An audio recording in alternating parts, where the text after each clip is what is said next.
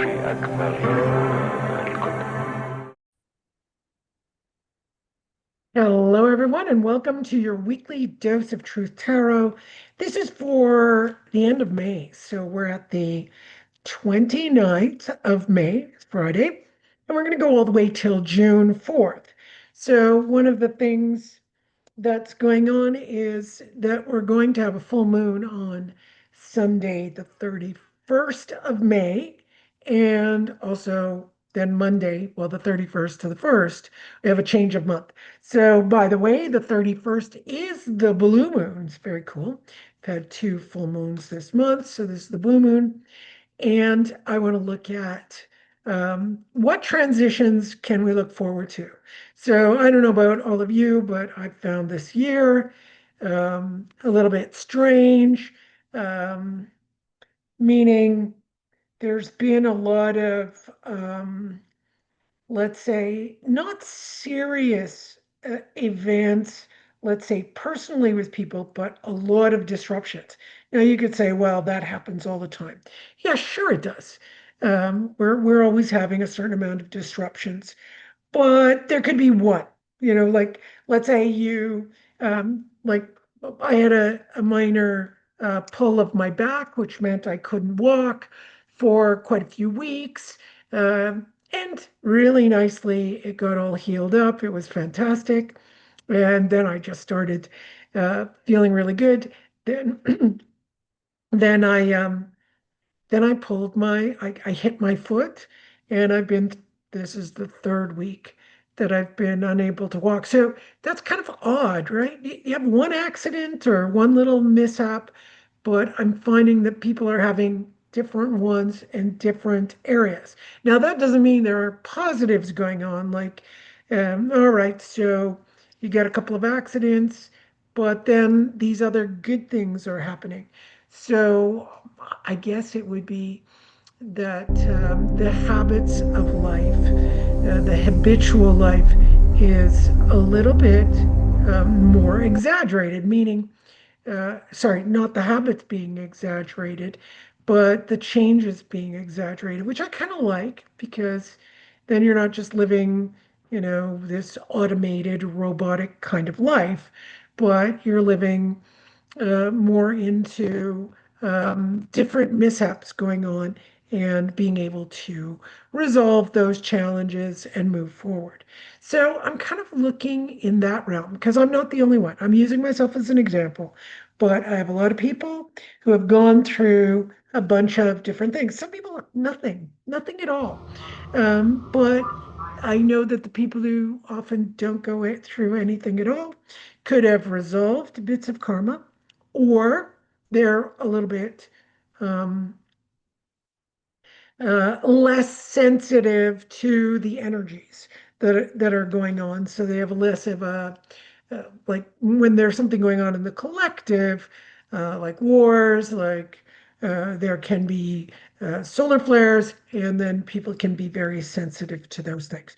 Not everyone, and it's not necessary, by the way, it doesn't mean anything in particular. If you're a little less sensitive, big deal. If you're a little bit more sensitive, yeah, you could say big deal, but people who are a little bit more sensitive tend to have to, um, figure out how to moderate that and take care of things, right?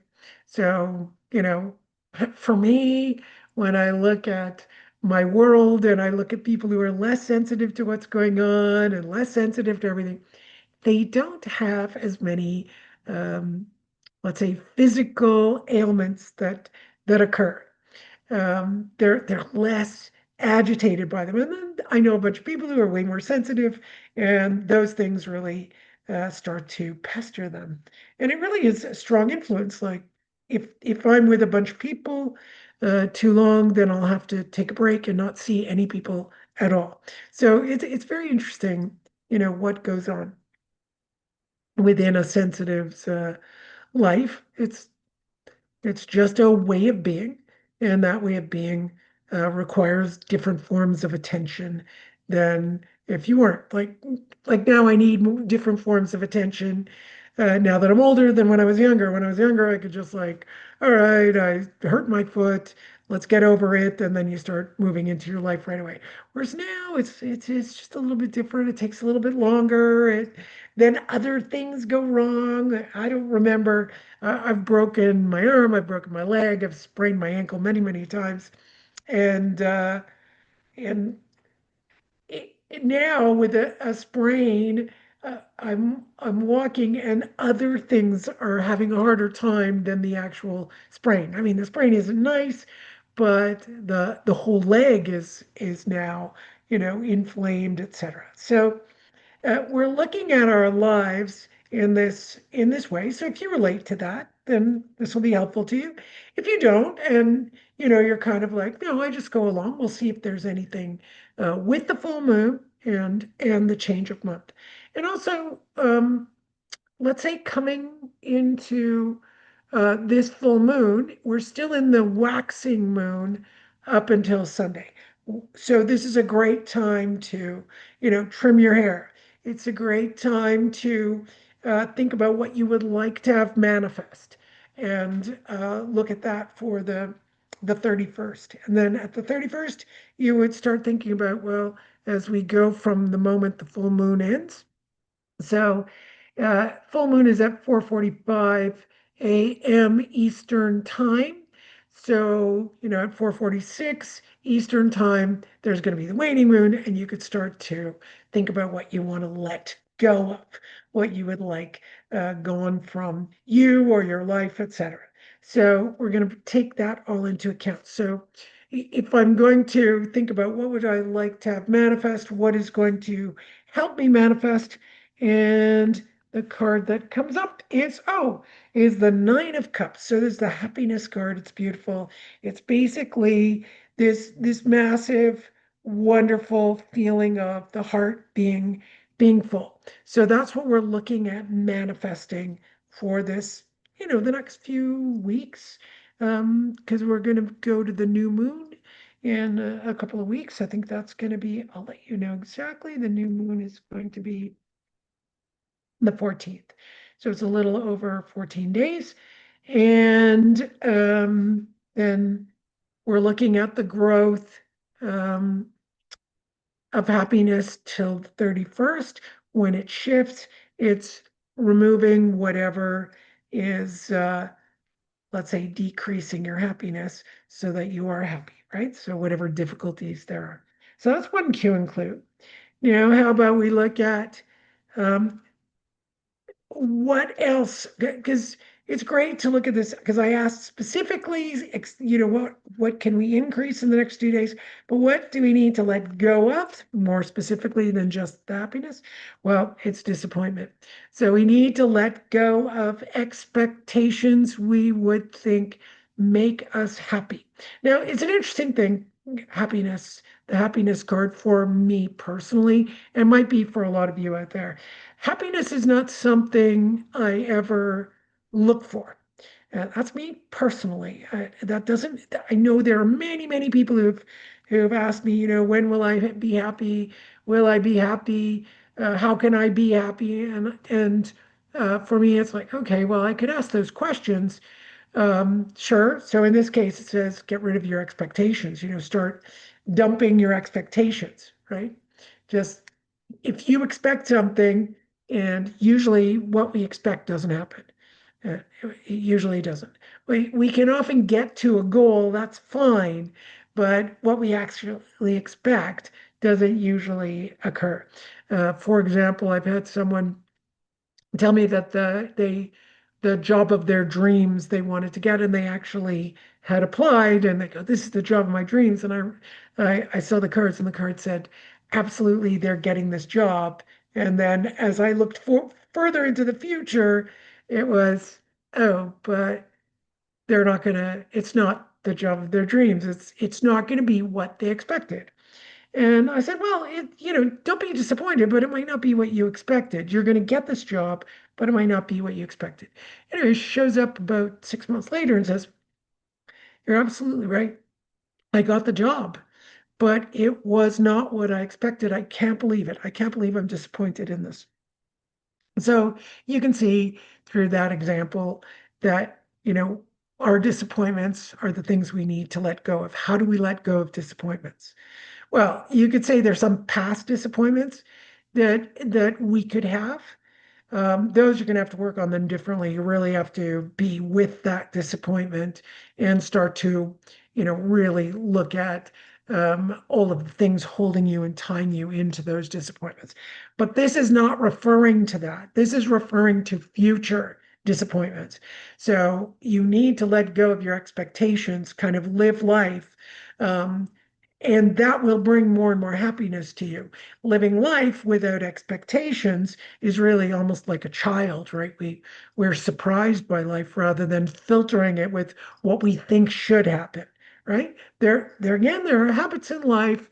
Those habits we go along with. It's kind of reminding me of what I said at the beginning, right?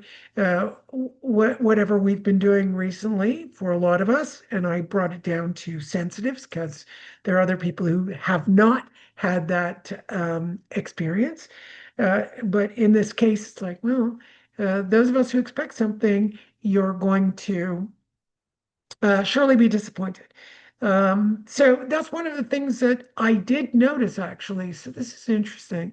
I did notice that when things go wrong, there has been um, less disappointment with a lot of people. It's more like, how do I manage this? What do I do about it? Which is just wonderful to see. Wonderful. So I hope that's happening for all of you. Let's see. What is the last question that we'll ask? So the last question will be, what can we do about it? So this is only for a week. Oh, wow, it's a very, very big card. It's the ruin card. That's 10 of swords. And that means um, you need to look at what you think about things that are expectations and basically have them blast out of the water. How do you do that? Well, one of the things is to nurture yourself and others, right? So if you're able to, if when you just nurture yourself, that's going to lead to um, kind of creating a habit that you will be nurturing yourself all the time. It leads to a bit of narcissism. So it is really looking for that as they say, as we say in Greek, pan metron ariston, everything in moderation, including how much you take care of yourself. Because taking care of yourself does not do very much if you have no one else to take care of.